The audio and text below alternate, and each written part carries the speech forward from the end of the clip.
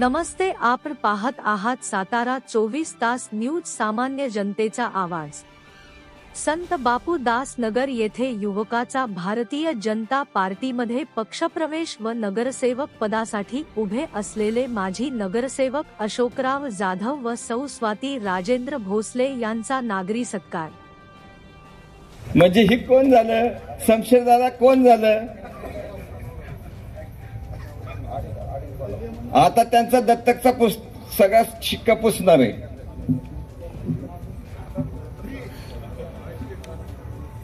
आणि जो अन्याय झाला ना ज्योतिराम, तो धुवून काढायला रणजितदादा सक्षम आहेत। सत्ता येणार आहे, सत्ता कुठेही जाणार नाही। लाडक्या बहिणींनी राज्याचा मुख्यमंत्री आणलाय, नगराध्यक्ष तर नक्की आणल। माझी लाडकी बहीण यामध्ये कुठं कमी पडणार नाही।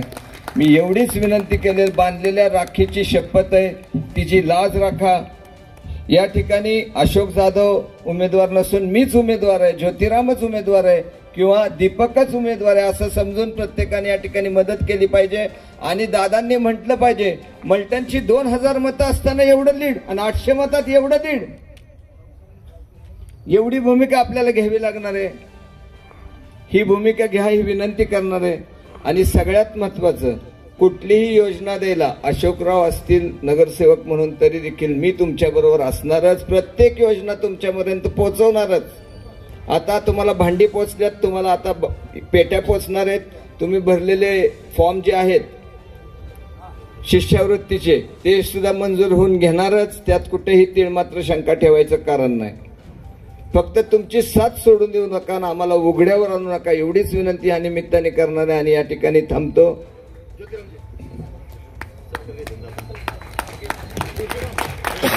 या ठिकाणी माननीय दादांचा सत्कार होतोय।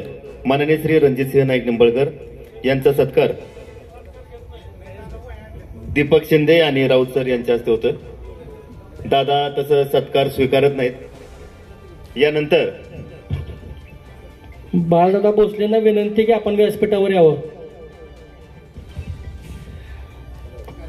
यानंतर भावी नगराध्यक्ष माननीय श्री शमशेरदादा मनोगत व्यक्त करतायत।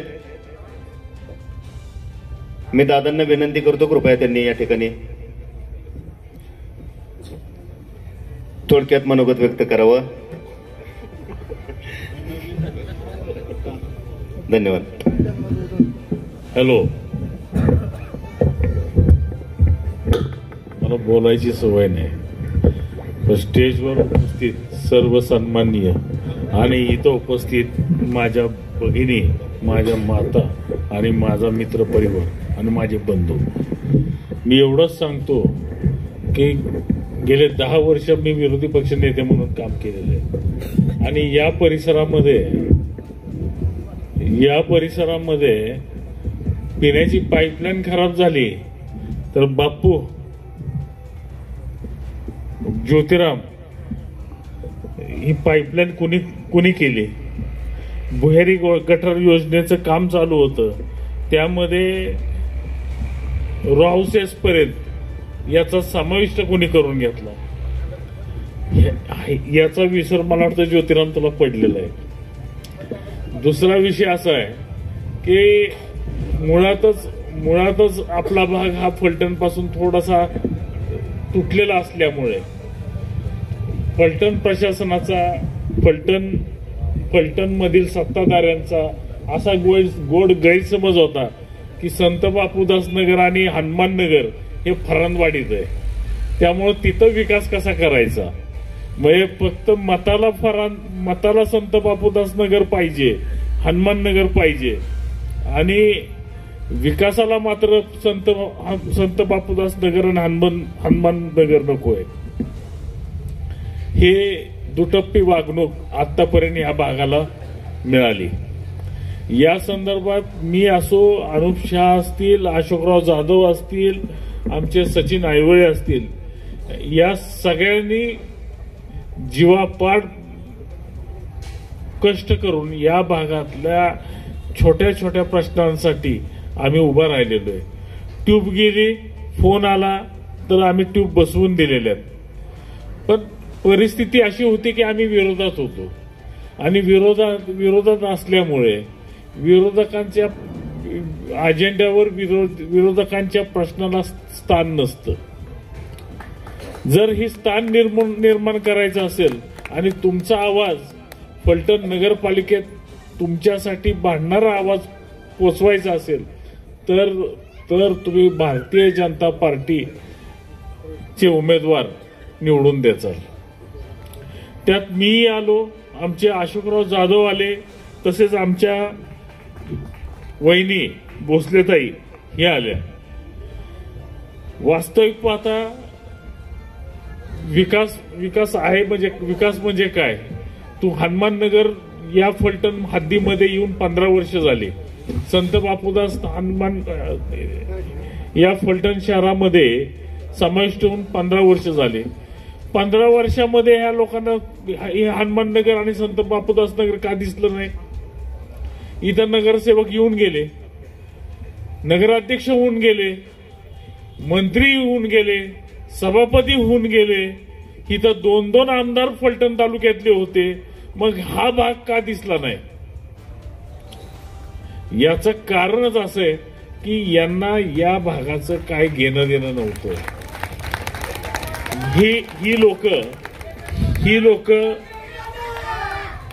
ही लोक फक्त फलटणचा उपजीविकेचं साधन समजत होते आणि फलटण हे त्यांचं उत्पन्नाचं ठिकाण होतं. फलटण हे त्यांचं उत्पन्नाचं किराणा मालाचं दुकान होतं आणि ह्या किराणा मालाच्या दुकानात जिथं विकलं जातंय तिथल्या गोष्टी विकून, म्हणजे ओपन स्पेस विकून आपली घरं भरणे, ह्या व्यतिरिक्त ह्या लोकांनी काय केलं नाही. जसं ज्योतिराम म्हटला की या भागातला आमचा ओपन स्पेस आहे आणि त्या ओपन स्पेसला बॉटॅनिकल गार्डन चा आरक्षण पडलेलं आहे. हे 15 वर्ष झालं हे आरक्षण आहे. मग याच्यावर कारवाई का झाली नाही? का यांची इच्छाशक्ती नव्हती. फलटण शहरामध्ये हितच सोडावं. तुमची अवस्था अशी नाही तर अख्ख्या फलटणची अवस्था अशी आहे. फलटणमध्ये एक बाग नाही, फलटणमध्ये मुलांना खेळायला ग्राउंड नाही, फलटणमध्ये मुलांना फिरायला, वयस्कर माणसांना फिरायला नाना नानी पार्क नाही. भाजी मंडईला बरेचशी इथली लोक शेतीमाल विक्रीसाठी फलटणमध्ये जातात. तिथं साधं शौचालय नाही. याच्यापेक्षा दुर्दैवी अवस्था तुमची आणि फलटणची अवस्था काय? वेगळे नाही. ह्यांचा म्हणजे तुमचा गैरसमज आहे. तुमच्यापेक्षाही बेकार अवस्था या राजे कंपनीने फलटणची करून ठेवलेली आहे आणि ही अवस्था सुधारण्यासाठीच भारतीय जनता पार्टीच्या कमळ चिन्हावर आपल्याला मतदान करून आपल्याला बहुमताने भारतीय जनता पार्टीचे जिथं उमेदवार असतील, दुसरे घड्याळ या चिन्हावरचे जिथं उमेदवार असतील हे निवडून आणायचे. तरच फलटण आणि संत बापूदास नगर, हनुमान नगर, फलटण मधला सर्वसामान्य नागरिकाला फलटण नगरपालिकेमध्ये राजासारखी वागणूक मिळेल. आणि जर ही राजासारखी वागणूक जर आपल्याला हवी असेल आणि तुमच्या विचाराला महत्व हवं असेल तर तुम्हाला आता तुमच्या सत्सद विवेक बुद्धीला, तुमच्या येणाऱ्या पिढीकडे बघून तुम्हाला आता बदल घडवायचा आहे आणि तो बदल फलटण शहरात घडत आहे. फलटण शहराने निर्णय घेतलेला आहे. तसाच निर्णय आपण सगळ्यांनी घ्यावा ही विनंती करून माझे 2 शब्द संपवतो. धन्यवाद आणि जोरदार टाळी. यानंतर सचिन पाटील साहेब, आमदार साहेब मनोगत व्यक्त करतायत. आमदार साहेबांसाठी मी विनंती करतो, कृपया जोरदार टाळी झाली पाहिजे.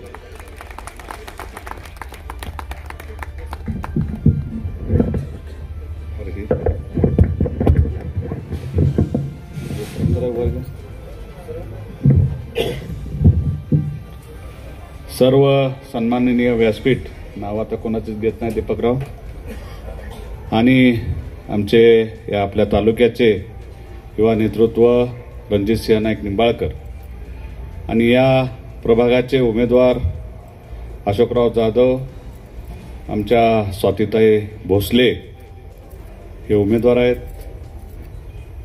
शमशेरदादा आहेत.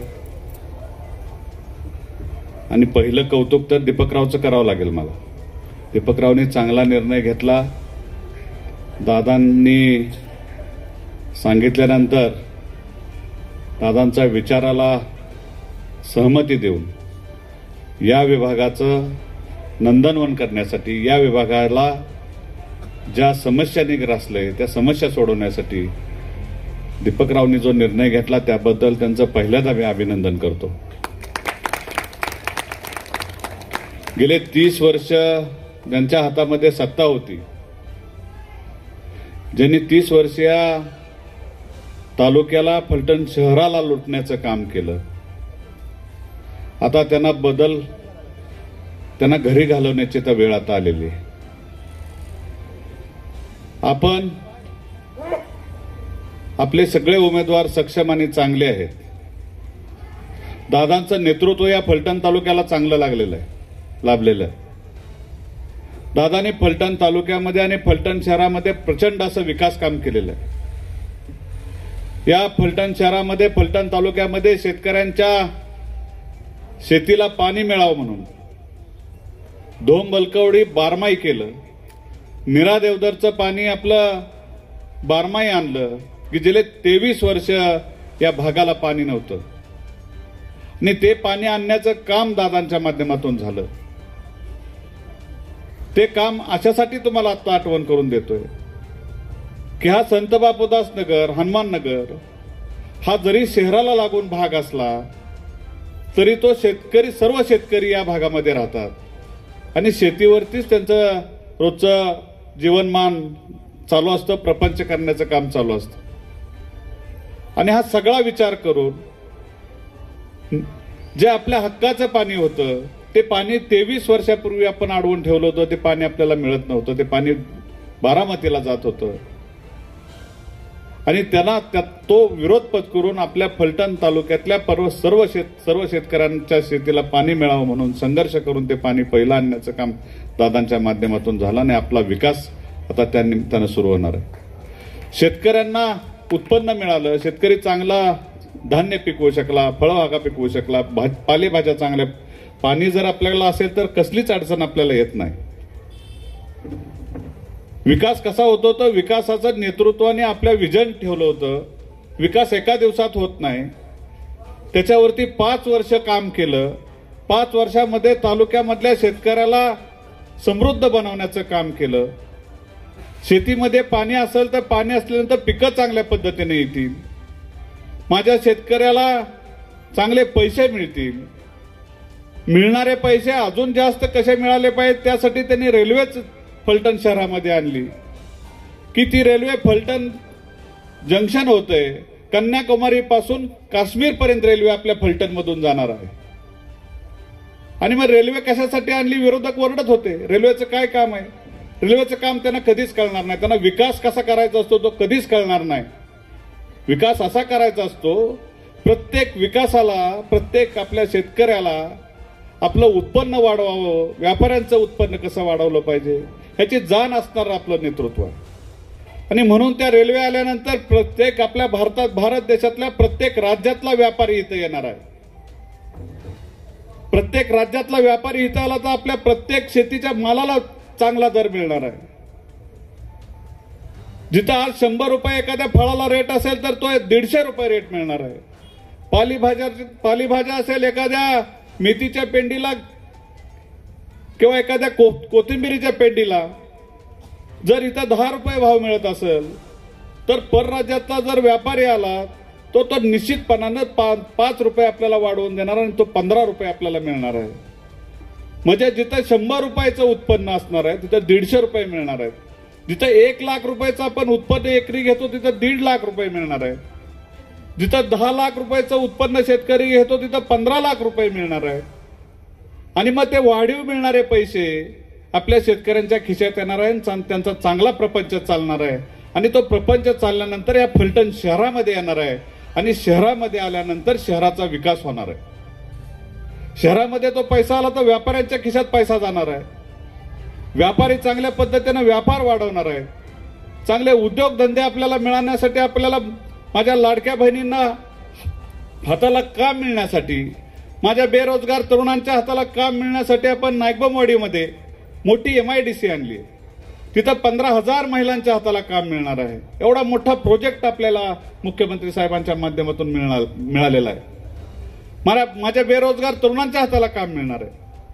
हे विजन ठेवून जर आपण चाललो तर फलटण शहराचा विकास होणार आहे. फलटण शहराकडे गेले 30 वर्ष दुर्लक्ष ह्यांनी केलं. फलटणची अवस्था काय करून ठेवली, एक मोठं खेडं तयार केलं. शेजारी 15-20 किलोमीटरवरती बारामती आहे. त्या बारामतीमध्ये आपण जावं, काय दररोज दिवाळी आहे तिथं आणि आपल्याकडे दररोज शिमगा आहे. रस्ता आहे का खड्डा आहे ते कळत नाही. ह्या वर्षभराच्या काळामध्ये आम्ही जवळजवळ 100 कोटी रुपयापेक्षा निधी या शहरासाठी आम्ही उपलब्ध करू शकलो. हे तुमच्यामुळे करू शकलो. माझ्यासारख्या शेतकऱ्याच्या पोराला तुम्ही भरघोष अशी मतं दिली आणि ह्या तालुक्याचं प्रतिनिधित्व करण्याची संधी दिली. ह्या नेतृत्वाने माझ्यावर विश्वास ठेवला आणि म्हणून आपल्याला जास्तीत जास्त आपल्याला इथं विकास कामं करण्यासाठी भरपूर मोठा निधी आपल्याला आणता आला आणि त्यातून आता काम आपण नवीन प्रत्येक रस्ते आपण तयार करायला घेतलेले आहेत. शेजारून जातोय तो फलटण सातारा रस्त्याचं काम चालू आहे. तोही रस्ता आता कंप्लीट होतोय. फलटण पुसेगावचा रस्ता चांगला केलाय. फलटण दहिवडीचा रस्ता चांगला करतोय. गिरवीपासून आसूपर्यंत गिरवीपासून फलटण आणि फलटण पासून आसूपर्यंत चांगला 285 कोटी रुपयाचा रस्ता आपण करतोय. आळंदी पंढरपूर रस्ता तुम्ही बघितलाय, तोही चांगल्या पद्धतीचा रस्ता आपण ह्याच्यामध्ये सुरू केलेला आहे. त्याच्यावरती पण प्रचंड मोठा खासदार साहेबांनी निधी टाकून तोही रस्ता चांगला केलेला आहे. प्रत्येक रस्ते बारामती फलटण रस्ता आपण चांगला केलेला आहे. प्रत्येक फलटणला जोडणारे रस्ते आपण चांगले केलेले आहेत. एकही रस्ता, प्रत्येक रस्ता सिमेंटचा आहे की ज्याला 30-30 वर्ष आता खर्च करावा लागणार नाही. आता खर्च करायचा आहे तो फक्त आपल्या शहरासाठी करायचा आहे, शहरातल्या रस्त्यासाठी करायचा आहे, विकासासाठी करायचा आहे. म्हणजे प्रत्येक काम करत असताना त्याचं नियोजन ठेवून 30-30 वर्ष आपल्याला त्याला आता पैसे लागणार नाहीत. एवढं मोठं काम दादांच्या माध्यमातून झालं. दादांवरती विश्वास का ठेवायचा, नेतृत्वावरती विश्वास का ठेवायचा, तर तो अशा पद्धतीनं की जे नेतृत्व तुमच्या माझ्यासाठी रात्रंदिवस झटत असतं आणि ह्या नेतृत्वाचे हात कायम आपल्यासाठी खुले आहेत. या तालुक्यातल्या 30,000 माझ्या मुलींना सायकल देण्याचं काम दादांनी केलं. गोरगरिबांच्या मुली माझ्या ह्या भागामध्ये सुद्धा आपण संत बापूदास नगरमध्ये, हनुमान नगरमध्ये सायकली देण्याचं गोरगरिबांच्या मुलींना काम केलं. कुणी दिलंय का आतापर्यंत? 10 रुपयाची वस्तू त्याने आपल्याला कधी दिली का? 7-7 हजार रुपयाच्या सायकली आपल्याला देण्याचं काम दादांनी केलं. स्वतःच्या उद्योगधंद्यातून, स्वतःच्या कारखान्यातून मिळणारे पैसे, त्यातून मिळणारा नफा आणि नफ्यातून आपल्याला 100 रुपये मिळाले तर त्यातले 20 रुपये गोरगरिबांना देण्याची भावना असणार आपलं हे नेतृत्व आहे. गोरगरिबांची दिवाळी चांगली व्हावी, गोरगरिबांची दिवाळी गोड व्हावी म्हणून आपण दिवाळीचं किट सुद्धा गेले 8-10 वर्षापासून दादांच्या माध्यमातून आपण गोरगरिबांना देत असतो. माझ्या मुस्लिम बांधवांसाठी आपण ईदला, रमजानला दूध वाटपाचं काम करत असतो. माझ्या मुस्लिम समाजाला दिवाळीला, त्यांनाही दिवाळी साजरी करताना आपण फराळाचं वाटप करत असतो. अशी प्रत्येक गोष्ट गोरगरिबांना स्वतःच्या व्यवसायातून, स्वतःच्या नफ्यातून ते देत असतात. असं एक उदार नेतृत्व आपल्या तालुक्याला लाभलेलं आहे. मग आता विचार करण्याची वेळ आलेली आहे. आपण कुणाबरोबर जायचं की जे कधीही आपल्यासाठी उपयोगी पडले नाहीत. आपल्या नगरपालिकेच्या शाळा ज्यांनी बंद केल्या, नगरपालिकेचे दवाखाने बंद केले, नगरपालिकेमधला जो विकास करायचा असतो तो विकास पूर्ण थांबवला. ज्या मूलभूत गरजा आहेत त्या कुठल्याही मूलभूत गरजा त्यांनी आता 30 वर्षामध्ये आपल्याला दिलेल्या नाहीत. आणि आपला शाळा बंद का केली तुम्हाला थोडक्यात सांगतो.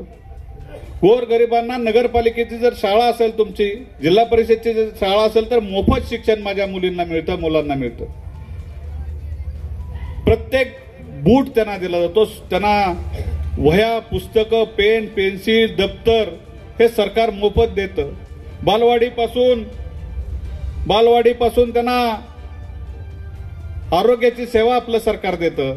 या सगळ्या गोष्टी एवढं सरकार देत असताना त्यांच्या शिक्षण संस्था चांगल्या चालाव्यात, त्यांना 35,000 रुपये त्यांना मिळावेत म्हणून आपल्या मराठी शाळा चांगल्या असणाऱ्या बंद पडल्या, आपल्या नगरपालिकेच्या शाळा बंद पडल्या आणि त्यांचं पोट ते भरत गेले.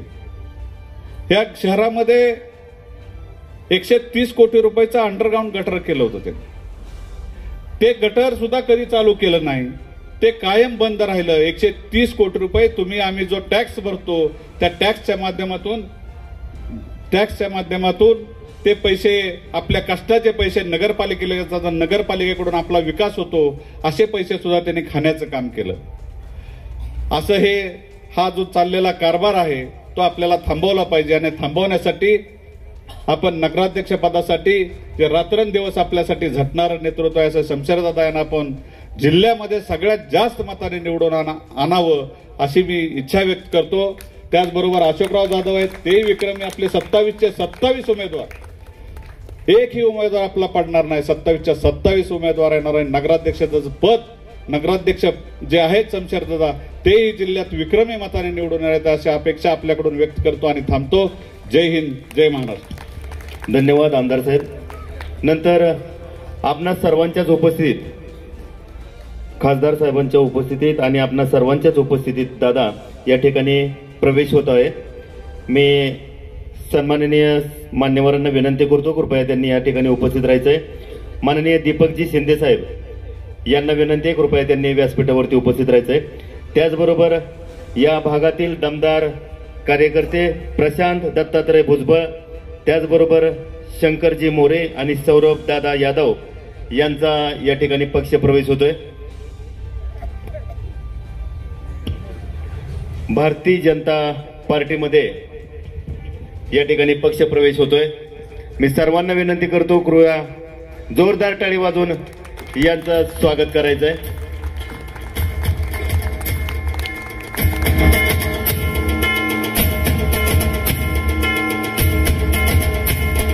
दीपकजी शिंदे, प्रशांत दत्तात्रय भुजबळ, त्याचबरोबर शंकर मोरे आणि सौरभ यादव यांचा भारतीय जनता पक्षामध्ये प्रवेश होतोय.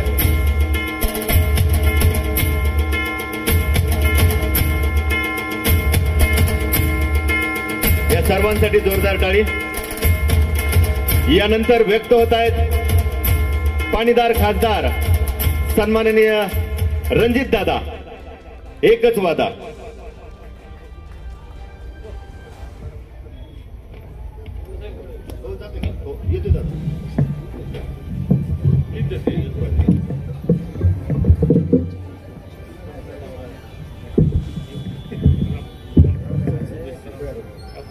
कार्यक्रम देऊन ठेवा.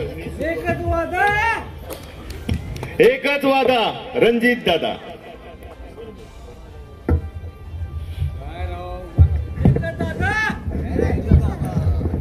बसा बसा.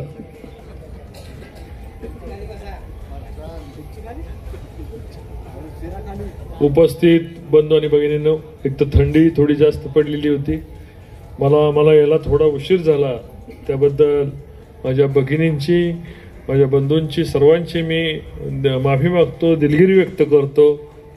उपस्थित व्यासपीठावर उपस्थित फलटण विधानसभा मतदारसंघाचे लाडके आमदार आदरणीय सचिन पाटील साहेब, आदरणीय उपस्थित नगराध्यक्षाचे उमेदवार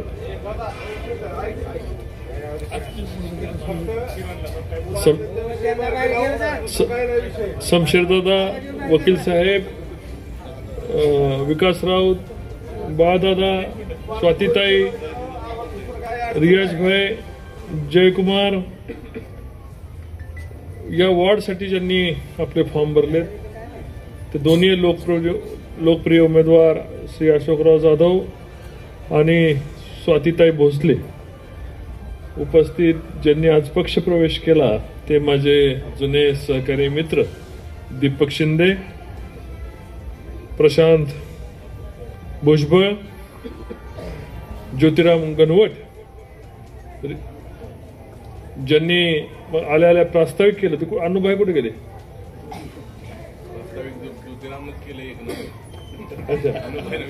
माग बसणारे उपस्थित असणारे दादांना बघितलं होतं, धनंजय दादा, अमोल, संदीप, ग्रामपंचायत सदस्य अमोल, आता सर्वांची नावं घेणं अपेक्षित आहे, पण माझ्याकडनं काय नावं राहून गेली, मला क्षमा करावी. आमचा सरपंच बंडू,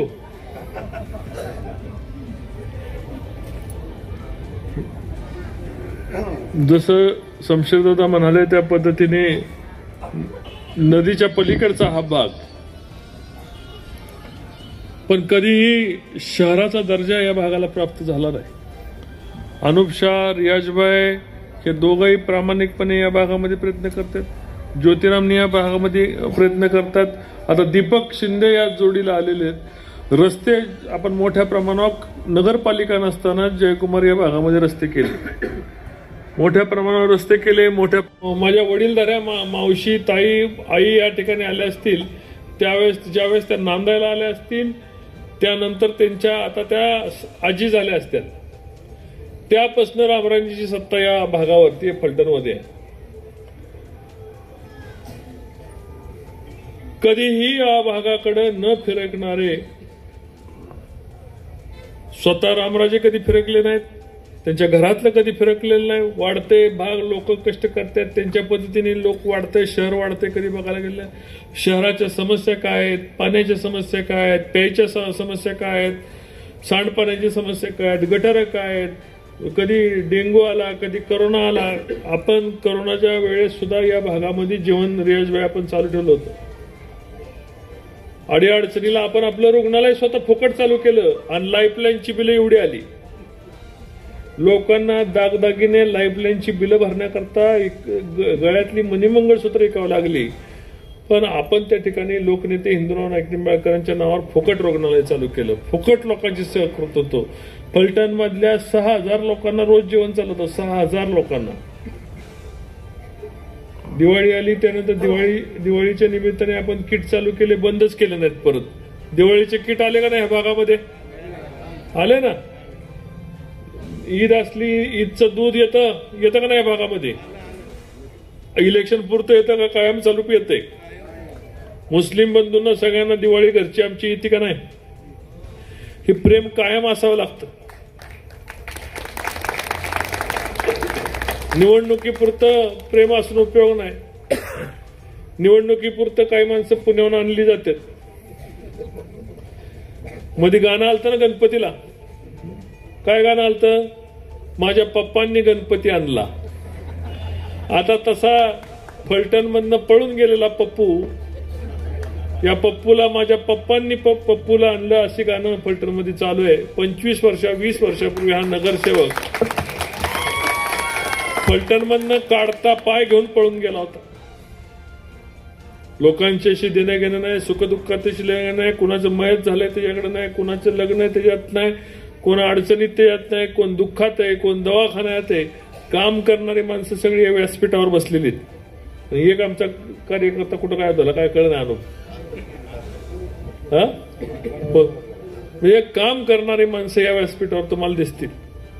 मग ते कधी तुम्हाला मला सांगा, बऱ्यापैकी या ठिकाणी मी म्हणतोय सगळ्यांना नसतील आल्या, पण सायकली आल्या.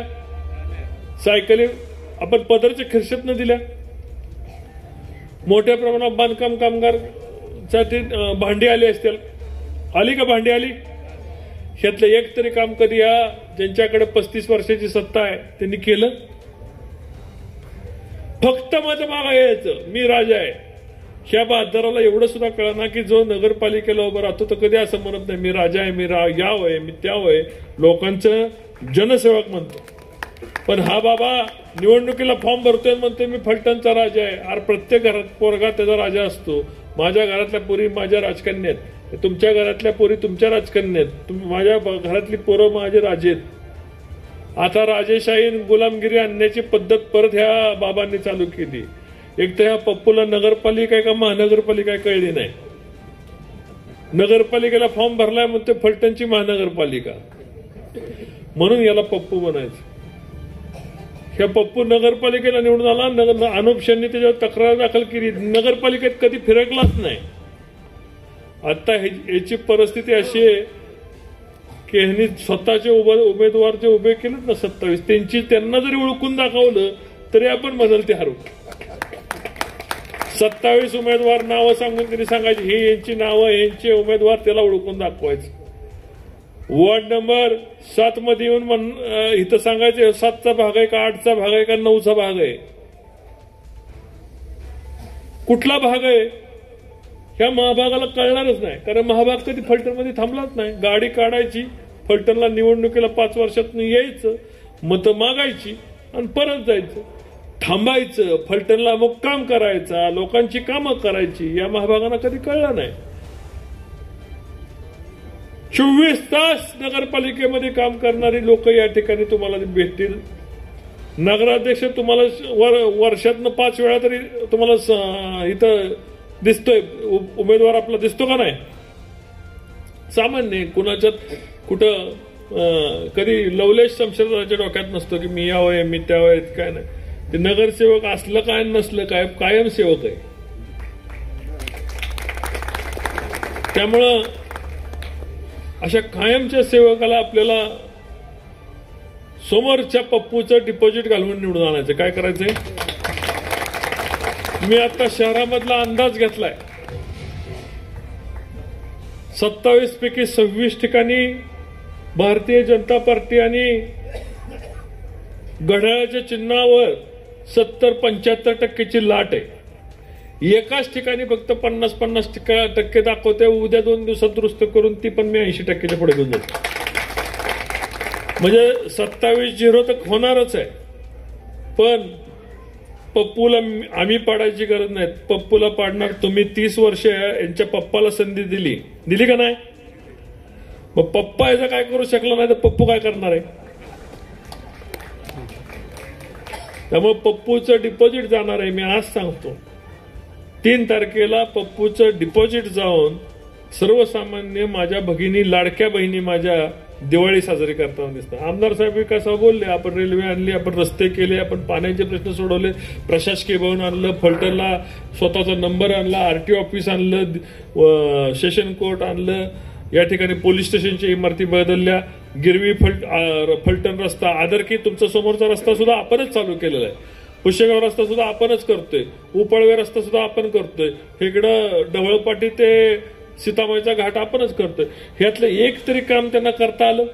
35 वर्ष मुख्यमंत्र्यापेक्षा जास्त मोठी ताकद होती, 10 वर्ष सभापती मंत्री, 1 नंबरचा प्रोटोकॉल असतो मुख्यमंत्र्यापेक्षा जास्त. पण या माणसांनी निगेटिव्ह करायचं, ह्याला अडकवा त्याला अडकवा, ह्याच्या मागे कार्यक्रम लावा त्याच्या मागे कार्यक्रम लावा. मी काल माझ्या व्यापाऱ्यांच्या भाषणामध्ये मी सांगितलं, काय सांगितलं मी त्यांना, गेले 5 वर्ष मी रेल्वे आण, रस्ते आण, पाणी आण हे काम करतो. मला समजच नाही, रामराजे कायम माझ्या मागं कुणाला तरी मागं लावायचं, तक्रार दाखल करायच्या, कधी पेट्रोल चोर करायचं, कधी काय करायचं, अशा अनेक तक्रार दाखल केल्या. मला मनात प्रश्न पडतो, म्हटलं मी रामराजेचा माझा काही संबंध नाही, मी खासदारकीचा उमेदवार, मला पाडायला जीव तोडून काही माणूस पळते, जिथं एक तर पाडायला नाही तर अडकवायला. ते एक साप आणि तुम्हाला काजव्याची गोष्ट सांगतो मी. एक काजवा असतो त्याच्या मागे साप लागतो. काजवा तर काजव्याला कळत नाही, मी उडूसा साप मला खाऊन काय करणार आहे. तो विचारतो, साप भाई मी तुझं अन्न आहे का. साप म्हणतो नाही. तरी साप त्याच्या पाठीमागं लागतो. साप थोडा माग, काजवा पुढं, परत काजवा माग वळून विचारतो. सापाला विचारतो, तुला मला खाऊन तुझं पोट भरणार आहे का. तर साप म्हणतो नाही. मग परत साप त्याच्या मागं लागतो, हात धुवून मागं लागतो, काजवा पुढं जातो. मग मला सांग, तू माझ्या मागं का लागलाय, काजवा सापाला विचारतो. आणि साप सांगतो की मी तुला चमकताना पाहू शकत नाही.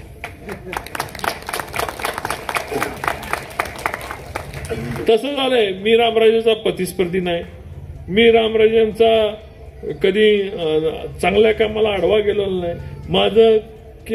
माझं करिअर दिल्लीकडं, तरी माझ्या पाठीमागं हात धुवून का लागलेत हेच कळलं नाही मला.